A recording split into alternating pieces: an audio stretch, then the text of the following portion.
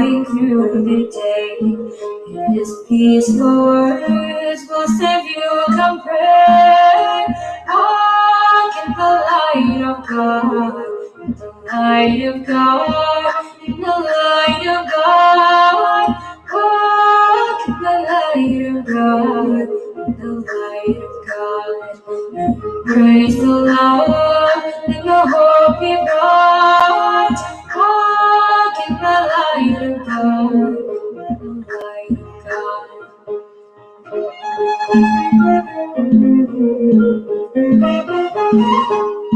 Don't let yourself down. You can stumble on. Be courageous.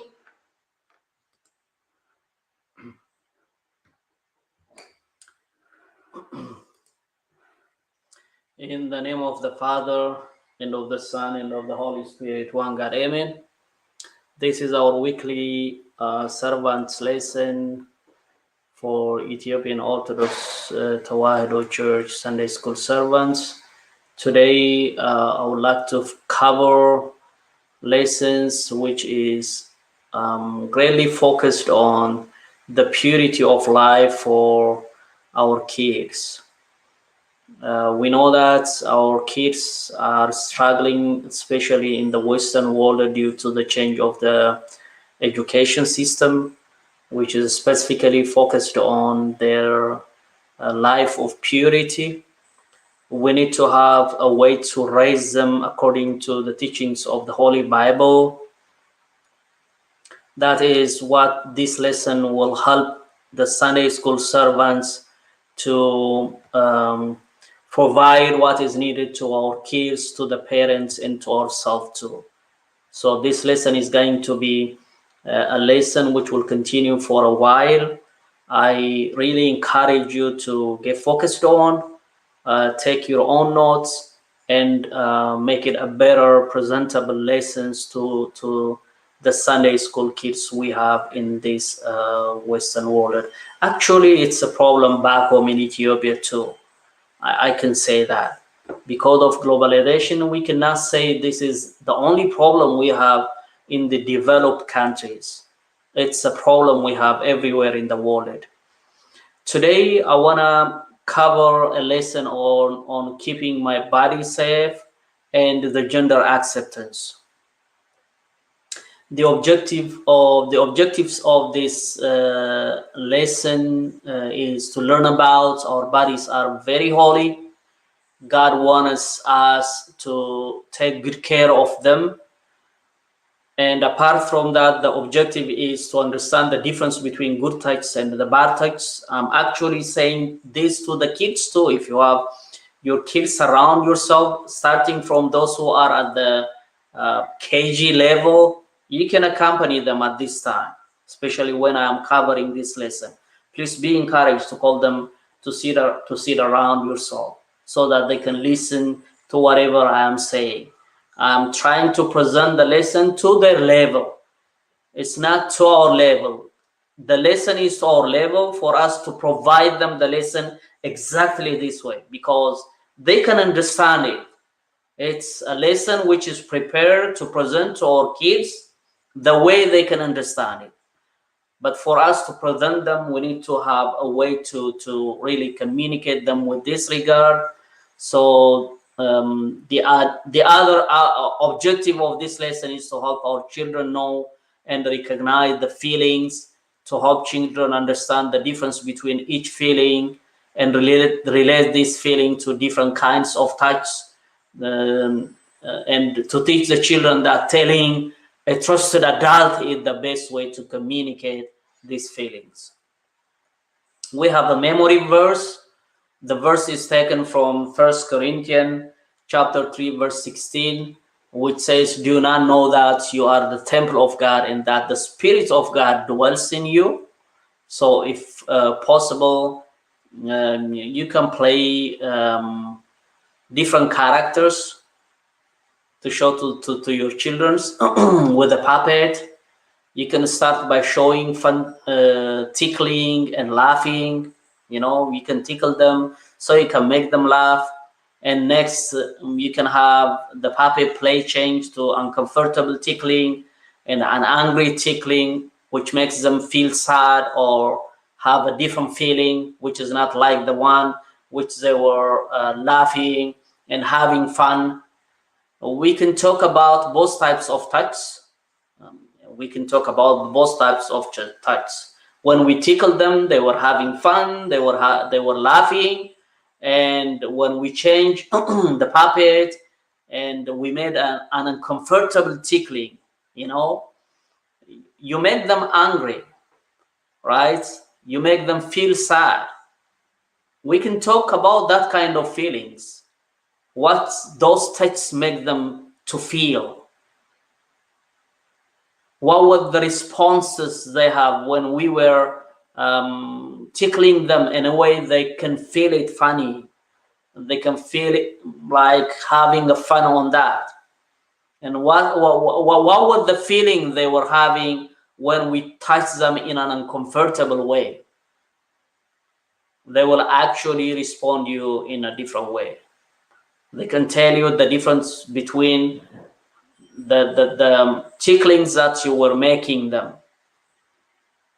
whether it's a fun type of tickling or a tickling which makes them feel uncomfortable. So I'm gonna talk about the touch and the feelings we get from these different types of touch. I'm also talking about the touch and the feelings, which is very important because it helps us keep us all safe. To talk feelings, first let us talk about how we feeling when we have something which is really making us laugh. How can we show by our faces? How do you make your faces when you're feeling something? What does your face looks like when you are, for example, sad? Is a sad face like this? I don't think so. It's not. How does your angry face looks like? Right? It changes your face. How about an embarrassed feeling? An afraid feeling, right? When you're afraid, your face making is changing, right? How about feeling ashamed, like trying to hide your face? So with this, we can talk about the people you love and trust with the kids. Who are the people that you love and trust? You can ask your kids. You can ask them. For example, if they are with your kids, who are the people that you love and trust? I know your answers are your mom and dad, your brother or sister. Why do you love them? People in your family love you and take good care of you. That should be the best answer we can answer, the best answer they can say, right? People in the family do love us and they do take care of us. That's why we love them. How many of us like getting hugs, like having a hug, getting hug, getting kisses and touch from people we know and love and trust? We always want to have, right? Our kids want to have hugs from dad, from mom, kisses from dad and mom, touch from brothers and sisters, from people they know and they love and they trust. These are good types of touch, right? We call this a good types of touch. How about those same kinds of touch from people we don't know or don't like or don't trust them? Could those be bad touch? Yes, right? That's yes. This is very important. It makes a difference. Who is giving us a touch? Who is giving us hugs? Who is giving us kisses? And touch from people we know and love and trust can be good touch. But those same kinds of touch from people we don't know or love or trust can be bad touch. When we get touched, we get feelings inside.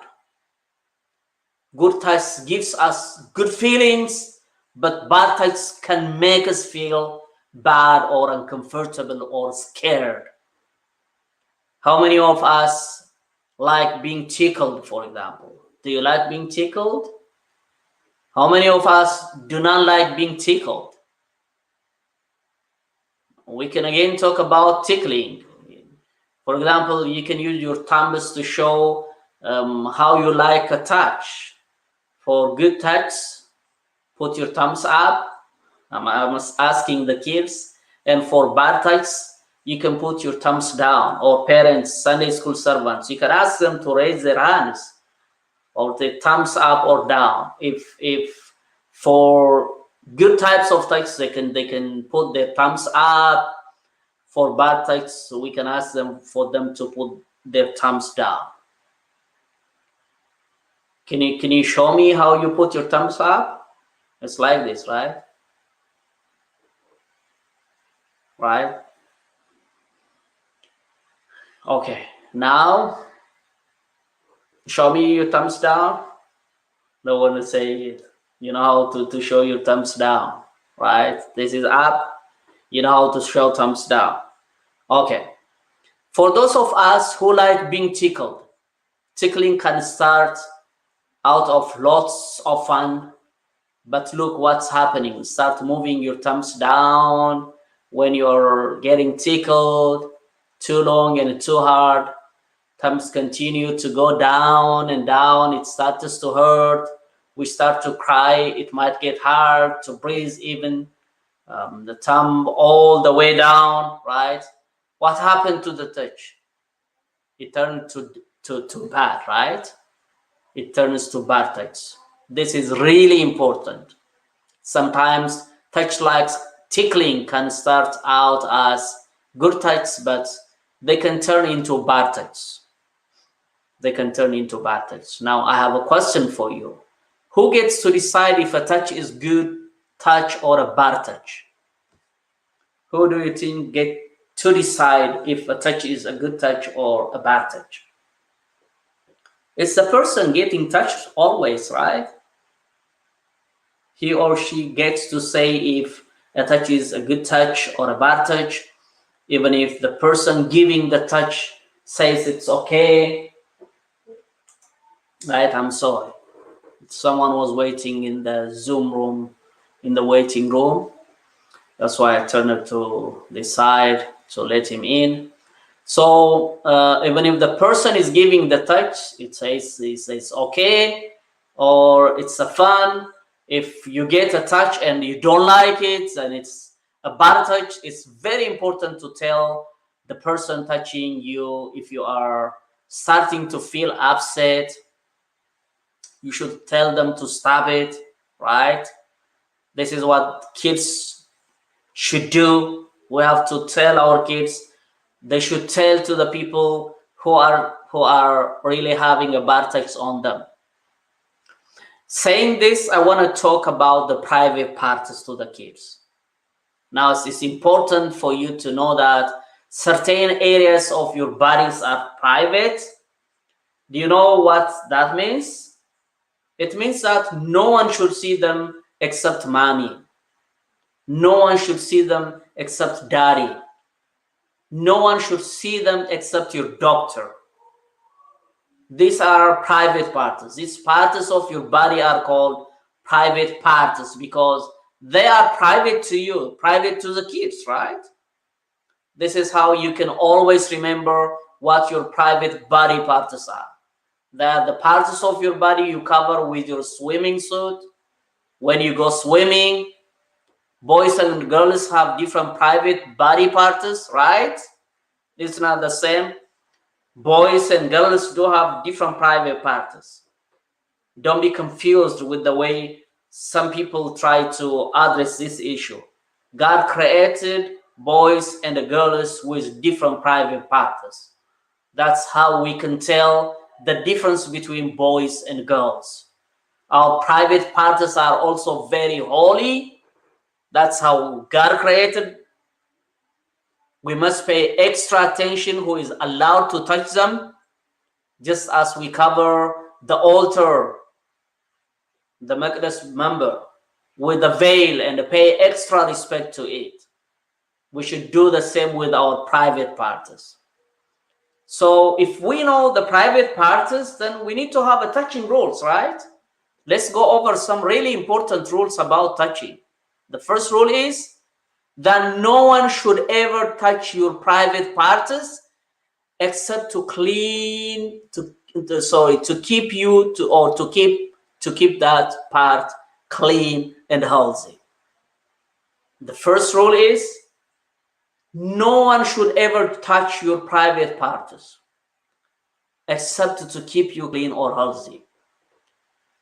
The next rule is if you don't agree to keep the bar touch sacred, if you don't agree really to keep the bar touch a secret, this means that you should tell someone you trust if a touch makes you feel sad or feel scared or feel uncomfortable or feel angry. You should have a rule of telling, right? You should have a rule of telling. The first rule is about touching, and the second rule is about telling. Let me ask you an important question. Who could you tell if someone tried to break a touching rule with you?